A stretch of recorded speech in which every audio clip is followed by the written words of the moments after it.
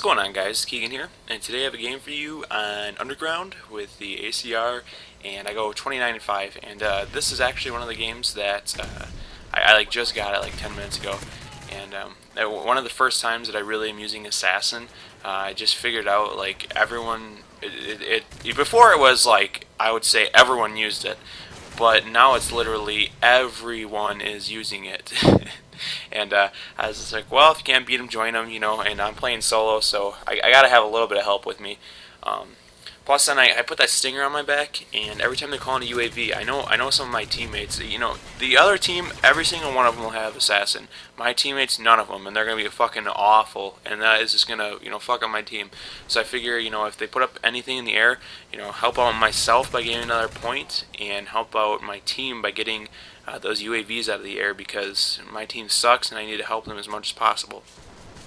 Anyways, today, this is not, obviously, any commentary that goes up now, over gameplay. Really, nobody talks about the gameplay anymore. But today, it's really not about that because, there's nothing else more I can tell you about it. But anyways, I don't know how many times every single commentary I'll say anyways, like a trillion times. Okay. Furthermore, we'll continue on with what the commentary is about. That's about marketing, and I've noticed this about the last year exclusively, where I got into more of a marketing position and learned how to market better. You don't probably notice this if you don't pick up on the slight cues, or maybe have gone to school for marketing or taken a marketing class. But marketing is can cost people a lot of money, and it can make you a ton of money as well. I found that out firsthand. Basically, the more knowledge you have one way or another too, or the more you can present yourself to have more knowledge, is going to help you out in this marketing scheme. And what made me think of this? Well, the other day, yesterday, I went and changed my gym membership. And I paid, before it was like a $50 annual fee, plus $15 a month for my gym membership, and then I'm going to go cancel it today. But now what it's going to be is like $36 a month, and only like a $40 annual fee, but you get a month and a half for free. So it's like it's basically like I'm just going to pay like $35 a month for every year. So not too bad. I'm paying like $1 a day then technically for a gym membership. And to me, that's awesome, and it's probably worth it too, because my other gym was only open, certain hours. It was pretty early in the morning till late at night, but if I would work a closing shift at my job, I would not be able to work out afterwards, in which case tonight will be the first night that I will be working out at my new gym and working out afterwards. But really, was this too big of an option for, or too big of a problem for me?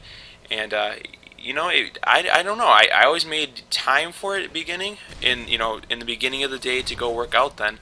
But when I go into this gym, I could initially just pick up on this guy. He's showing me around, and he's asking you. And by the way, this is what you should do too if you want to get good at marketing. For one, marketing products maybe that you want to sell. If anyone would come up with something that they feel is a really good idea and they can make trillions off of it.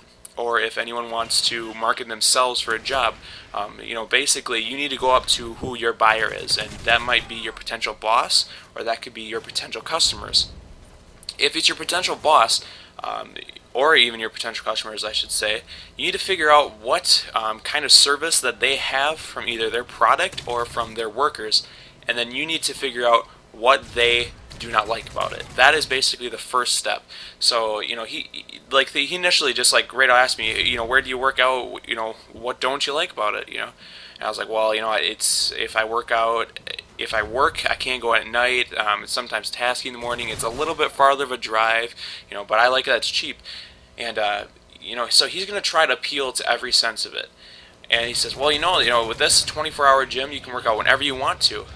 And so, there he's covering what I did not like about my first gym.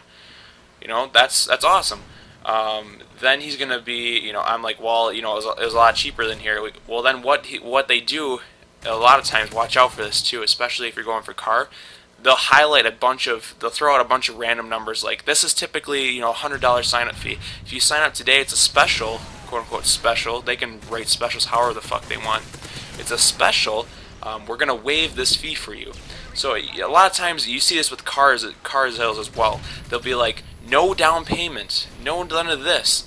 You're not going to have to pay for this. And really, in all reality, it's always set up that you wouldn't have to. But from month to month, they have a monthly special or this special where they're not going to do it.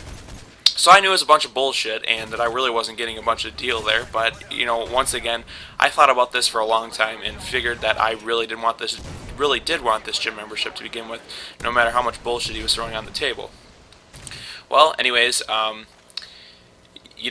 if you're going to use this tactic, well, let me restate to you, if you are going to go into a job interview, at the end of the job interview, someone's going to ask you,